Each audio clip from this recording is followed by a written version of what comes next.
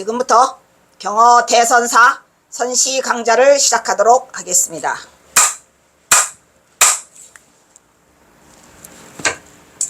잘한다. 오늘은 몇 강? 그 강이 하나씩 이렇게 밀려졌는데 우리가 이미 써서 바꿀 수 없어요. 그냥 가야 돼. 41강. 옳지. 그렇게 하고 나중에 53강은 그때 하나 남으면 종합으로 해갖고 해도 돼요. 충분히. 그러니까 뭐냐, 색깔 분필이 좋은데 색 분필인데 다 썼나봐. 아주 그냥 집이 바닥이 나는구나.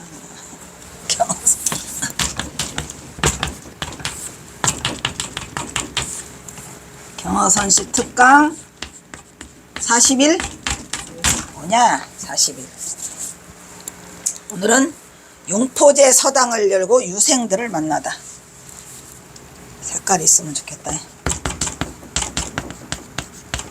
용포제 서당을 열고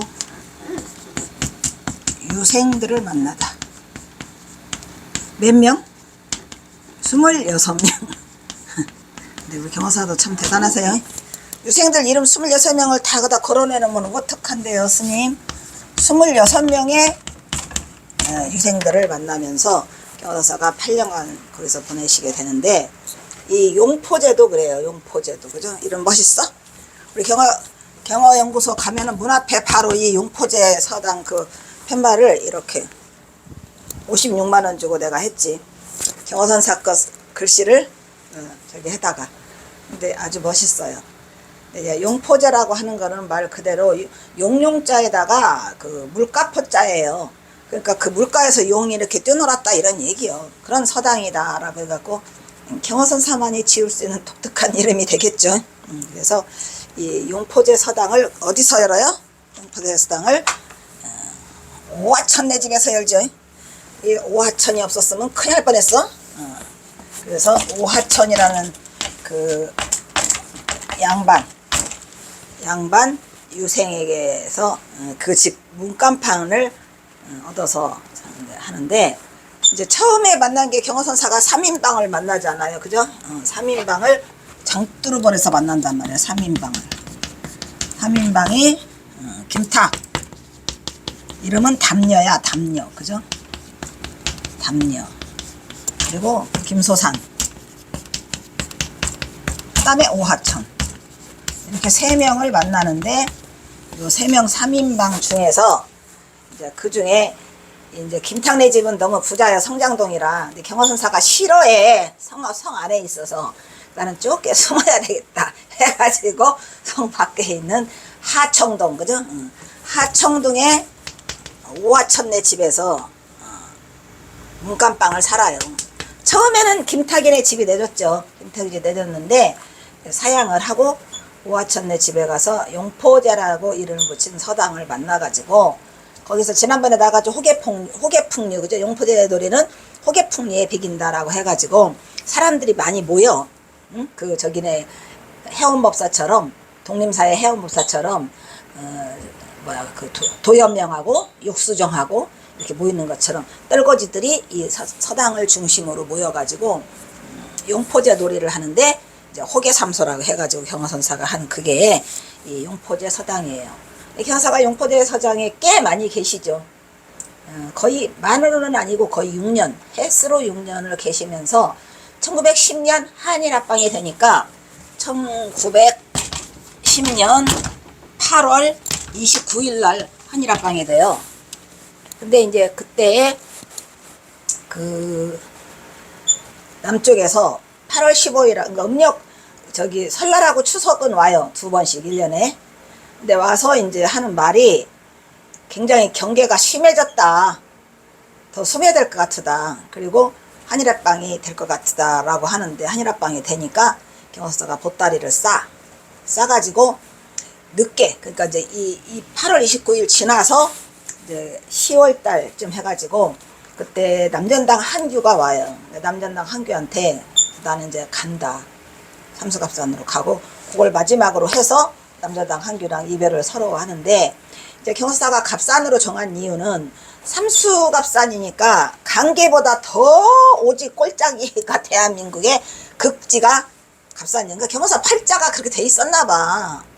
경호선사는 삼수갑산으로 숨을 생각을 안 하고 그냥 북쪽으로 가려고 그래가지고 처음에 전봉준 장군 이거 당했을 때 막 숨어 들어간 게 그 서간문에도 있잖아요. 그 저기 누구야, 그 용호당 박한영이 그 한 그 묘향산, 여기가 어딘지도 모른다. 와 보니까 날마다 구름이 둥둥 떠가는데 이름도 모르고 산도 모르고 알고 싶지도 않다. 나중에 보니까 묘향산 일동자라고 나오잖아요, 제목이. 묘향산에서 겨울을 한번 나요. 그리고 경호선사가 용투두물에서 나오죠. 내가 여기 숨어 있을 이유가 뭐냐. 근데 그때 이제 그 북쪽을 한번 생각한 거예요. 이쪽으로 오면 좀 괜찮겠다라고 해가지고 그때 알았던 사람이 그 박영상 그런 사람, 한번 지나가는 사람들을 다 거기서 만나놨는데 겨울을 나지요. 그리고 나서 이제 경호선사가 나 그냥 이꼴저꼴 보기 싫어서 나 북으로 간다네. 그런데 이제 그게 내가 대명사처럼 경호선사의 북녘은 다 삼수갑산이다라는 고유명사를 만들어 놔가지고 그 동국대학교 그 교수님이 그 만들어놔서 그냥 일명 경호선사의 북쪽 생활은 다 그냥 삼수갑산으로 한다 해서 그렇지, 경호선사는 삼수갑산 갈 생각을 안 하고 북으로 그냥 가서 내가 안정된 곳을 찾고자 했는데 돌다가 올라가는데 강계에서 장뚜르벌에서 김탁을 만나서 거기서 주저앉았다가 거기서 이제 이 한일합방이 되니까 바로 그 갑산 아득포제를 넘으며 라는 이름이에요. 갑산에서 강계 아득포제라는 곳을 넘어가. 그때는 뭐였어? 강계로 올 때는 장뚜르벌 운양. 경호선사는 어떻게 보면은 이 경호선사라는 사람이 굉장히 그 뭐 어떻게 알아 장뚜르벌인지 뭔지. 강계 들어올 때는 장뚜르벌에서 난리를 들었고 이 갑산으로 넘어갈 때는 아득포제를 넘어가는데 거기에 뭐가 있냐, 최치연의 비가 있어요. 이렇게 그 저기가 그 사진에도 있었지. 아직 안 나왔나? 그래서 거기에 고운 최천이라고 써있어. 거기를 넘어가면서 또 하는데 뭐 이런 걸 저런 걸 만약에 내가 이 경호선사 이걸 하면서 엄청나게 이게 빙의되다 보니까 인간은 또 살고 하는 게 아닐까. 타방정토는 없고. 왜냐 경호선사의 그 고영석 교수님이 나보고 경호선사의 전생을 한번 해보래요. 이 고영석 교수도 참 어떻게 보면은 나랑 불교학과 인연이 된 사람이 고영석 교수거든요. 근데 고영석 교수를 딸리 아는 게 아니라 그 이미 인생은 정해져 있는 게 아닌가라는 생각이 드는 게, 내가 여기 국제포교사 여기 있잖아, 전법회관. 거기를 2년간 다니거든요. 국제포교사 졸업하느라고. 그런데 어느 날 그 초청 교수로 고영석 교수님이 온 거예요. 그때는 내가 대학원을 안 다닐 때야. 석사를 다녔을 때다. 석사 1학기 다닐 때인데 초청을 해서 이제 와서 봤는데 그 뭐 어쨌든 인사를 했었지. 고영석 교수라고는 알았지. 근데 동대 대학원을 가가지고 박사를 갔나 해서 그 운동장에서 만나요. 정면에 그 상록원이라는 식당이 있는데 거기 가다 마주쳐가지고 아이고 교수님 거시기 하다 보니까 동국대 불교학과야 그분이. 그래서 이제 그분이 불교학과 한번 강의 들어라 해가지고 그 원효하고 경흥. 그때 내가 무량수경, 관무량수경 이런 거를 우연찮게 알게 된 거야. 경호 스님을 먼저 알게 된 게 아니라 그쪽 연불선을. 그러니까 내가 보니까 이거 다 나를 볶아먹으려고 정해준 스승 같았어요. 그래서 그 경흥이라는 분이 경흥이라는 스님이 그 아미타 불국토를 말한 게 아니라 미륵정토를 말해서 그분이 그때 알게 됐는데, 그 뒤로 이제 내가 하면서 고영석 교수님 강의를 또 하나를 듣게 되는 게, 말했잖아요. 경어집 해놓고 나보고 오라 해가지고 6개월간 청강생으로 내가 6개월을 들어. 그래서 많은 인연을 쌓게 됐는데 나보고 그 얘기를 하더라고요. 한번 경호선사 전생에 대해서 해보라. 근데 그게 꽂혀서 경호선사에 나오는 그 시나 뭐 이런 것 중에서 계속 해봤는데 이 최치연이도 이 경호선사와 관계가 있는 것 같아요. 왜냐면 봐봐, 내가 그냥 하는 말이 아니야. 그 아득책에 넘어가면서 최치연 있죠? 근데 그 이전에 이미 경호선사는 해인사로 와가지고 어디를 들어가요? 홍지암에가 살아요. 그 큰절 놔두고 홍지암에가 살아. 그리고 홍지암에 그 불사 있어가지고 사람들이 엽전을 못 들으면 여기다 500냥인가를 양초 이게 서로를 듣는데 다른 사람은 이것도 못 드는데 여기다 끼워갖고 들으면 가져가라 이렇게 하고, 또 도둑놈이 왔는데 쌀 가마를 쥐고 끙끙대니까 경호선사가 뒤에 가서 이렇게 받쳐줘. 빨리 가. 그리고 또 와이? 이런 거. 그게 또 홍지암인데, 나는 진짜 이러한 사실에 대해서 뭐 경호선사에서 그냥 이렇게 많이 아는 게 아니었거든요. 근데 어떻게 보면 고영석 교수가 그 6개월간의 경호집을 같이 15명이 터는 바람에 정말 많은 거를 짧은 시간에 알게 됐고, 내가 사실은 뭐 시 조금 하려고 하다가 너무 이게 말하자면 운명적으로 이게 뛰어들게 된 건데, 그때 당시에 이제 그 경호선사가 홍지암에 많이 가 있었거든. 그게 이제 나중에 알고 보니까 최추연이가 피신 도망하고 홍지암에 계셨고, 홍리동 깨고 아시잖아요. 그러니까 이게 전생의 그것이 아닌가 이런 생각과, 이제 첫 번째 우회를 그럼 뭐냐면 원효대사가 아닐까라는, 이제 왜냐면 사람들이 그러잖아요. 경호선사 원효대사의 그 행적이 비슷하다라는, 그게 걸림없는 그런 모습. 이제 어쨌든 이제 나중에 내가 조금 더 그 신기가 발동해갖고 빙의가 되면 내가 전생을 다 볼 수 있는, 이미 전생을 잘 보는 사람이 있더라고. 근데 어쨌든 그러한 것이 그냥 우연찮게 간 게 아니고, 경호선사가 삼수갑산을 가신 이유도 그런 이유가 아닐까라는 생각에, 이 세상 모든 것은 거의 정해진 수순에 따라 움직이고, 거의 80% 이상의 전생 거를 갖고 사는 것 같아. 우리가 전생을 찾아가고 전생과 인연하고 전생하고, 금생 것들은 별로 안 돼. 그러니까 그것이 말하잖아요. 전생을 알고자 하면 금생을 보고, 금생을 알고 내생을 보자 하면 금생을 보라는 게, 이 우연히 같지만 절대 그렇지 않은 것 같아요. 난 내가 경호선사 고향 마을과 옆 동네라는, 옆 동네가 어느 정도 옆 동네냐, 이렇게 붙어 있어. 그게 말이 된다고 생각하나? 손 다 들었지, 아빠들.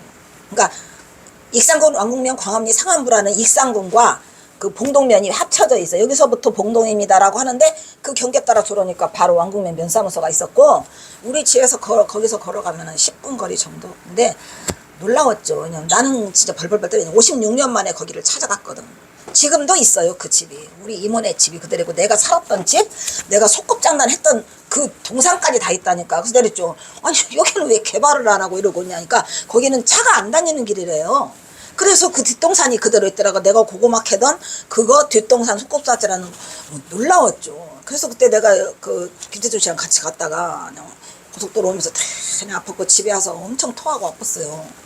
이 끔찍한 56년 만의 상황을 보고. 그러니까 놀라움이고, 이 모든 것들이 이렇게 연결되어 있지 않나라는 그런 생각을 가져요. 이 용포제도 마찬가지고, 거기에 이제 최치원이가 또 기다리고 있어요. 그러니까 경호선사가 거기를 갈 수밖에 없었던 거는, 더 우리가 좀 이상한 건 뭐냐면, 이 갑산이라고 하는 게, 이 갑산이라고 하는 게 우리나라에서 하나 있잖아. 삼수갑산 갈 때 가더라도 먹더 죽은 귀신은 때깔도 좋다라고 하는 말이, 그게 왜 그래? 전부 다 거기는 고관대작, 유명한 사고 높은 사람, 유생 중에 최고 거목들, 이런 사람만 가고 희질한 사람은 안 가는 곳이잖아. 근데 왜 경호선사 하필이면 거기를 갔을까? 그래서 나는 경호선사 이거 하면서 엄청나게 많이 아팠어요. 왜냐면 그 경호선사 박사님은 9년 준비하면서 날이면 날마다 이상해요, 아래송해요. 왜냐면 이 글이 잘 안 통하는 거야. 근데 이제 결국은 내가 2017년도에 이거를 통하면서부터 굉장히 맑아졌어요. 정신도 맑아지고, 뭐냐, 내가 많이 아팠다가 지금 살아났다 어쩔래. 그래서 지금은 어떻게 보면은 최상의 상태를 유지하면서 내가 이걸 지금 하고 있지 않는가 해서, 게임 좀 빨리 지나가잖아요. 빨락빨락 가라. 근데 이거 날마다 시 한 송, 이게 뭔 소리래요 도대체가. 부처님 제발 나 좀 살려주세요. 차라리 경호스님 내가 빙의되게 해주세요. 왜냐면은 내가 당당하게 뭐를 내가 경호 박사다 그러고 말하려면은 이거 시가 확 통해야 될 거 아니야. 뭔 소리를 쓰는 건지 했는데, 지금은 그냥 글자 하나에도 경호선사의 숨결이 들어오고, 글자 하나에도 경호선사가 이랬구나라는 걸 다 훤히 알아요. 실제로는 내가 막 너무나 많이 했을 때는 난 지금 갑산 우이방 동화정도 가면은 내가 그 서당을 찾을 수 있을 것 같아. 그 내과 있잖아, 내과 맨날 말하는 동로가, 거기도 따버리고. 어쨌든 그러한 것까지 진짜 끔찍한 삶을 결치면서 여기까지 왔어요. 그래서 이 용포제 서당은 경호선사가 북한에서 그 자리를 잡은 유일한 그런 서당이 되겠습니다. 자, 여기서 마치도록 하겠습니다.